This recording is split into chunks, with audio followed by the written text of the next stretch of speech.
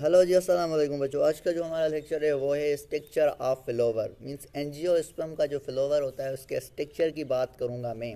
सही है। अब देखें, आपको पता होना चाहिए रिप्रोडक्शन के लिए इट इज़ नॉट नेसेसरी कि आपको एक मेल चाहिए एक फ़ीमेल चाहिए। ठीक है, समटाइम्स हम एसेक्सुअल रिप्रोडक्शन जब पढ़ते हैं उसमें सिर्फ और सिर्फ एक ही हमें पेरेंट की ज़रूरत होती है, मगर जब हम बात करते हैं सेक्सुअल रिप्रोडक्शन की तो उसमें हमें मेल की भी ज़रूरत पड़ती है और फीमेल की भी ज़रूरत पड़ती है। तो अगर एक फ्लावर की बात करें तो एक फ्लावर में दो पार्ट्स होते हैं, एक को बोलते हैं हम स्टेमिन, एक को बोलते हैं क्या, कार्पिल। अब जो स्टेमिन होता है इसको हम बोलते हैं मेल का रिप्रोडक्टिव पार्ट, और जो ये होता है जिसको हम कार्पिल बोलते हैं इसको बोलते हैं हम फीमेल का रिप्रोडक्टिव पार्ट। सही, ये आपको बात याद होनी चाहिए। जो स्टेमिन है वो मेल रिप्रोडक्टिव पार्ट है और जो कार्पिल है वो हमारे पास फीमेल रिप्रोडक्टिव पार्ट है। सही है।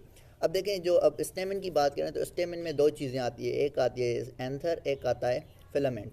अब एंथर क्या करता है, जस्ट इसका काम होता है पोलन ग्रेन। अब पोलन ग्रेन को क्या करना, प्रोड्यूस करना। अब पोलन ग्रेन एक ऐसी स्ट्रक्चर होती है जो कि मेनली इसका जो फंक्शन होता है वो पोलिनेशन में हेल्प करता है। सही है। और जो फिलामेंट की बात करें इसका जस्ट सिंपल सा फंक्शन होता है, ये सपोर्ट करता है।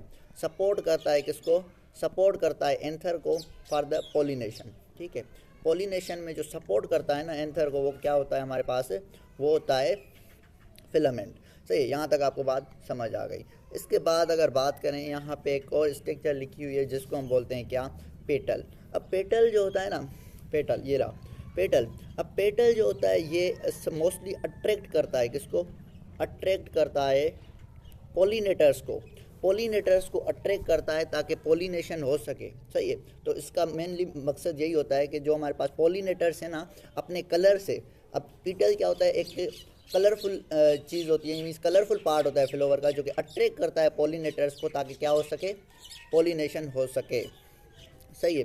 अब इसके बाद अगर बात करें वो है फीमेल रिप्रोडक्टिव पार्ट को डिस्कस करना, जिसको बोलते हैं हम क्या, कार्पिल। ठीक है। अब देखिए कार्पिल जो है कंसिस्ट होते हैं तीन चीज़ें, एक होता है स्टिग्मा, एक होता है स्टाइल और एक होता है ओवरी। अच्छा, ये तीनों चीज़ें मिल करके एक स्ट्रक्चर बनाते हैं जिसको बोलते हैं हम क्या, कार्पिल। कार्पिल जो है वो है क्या, फीमेल का रिप्रोडक्टिव पार्ट। क्या है, फीमेल का रिप्रोडक्टिव पार्ट। आपको ये बात याद होनी चाहिए। सही है। और मेल का अगर पूछा जाए तो वो क्या है, स्टेमन। अच्छा, इन तीनों का एक अलग अलग फंक्शन होता है। सही है।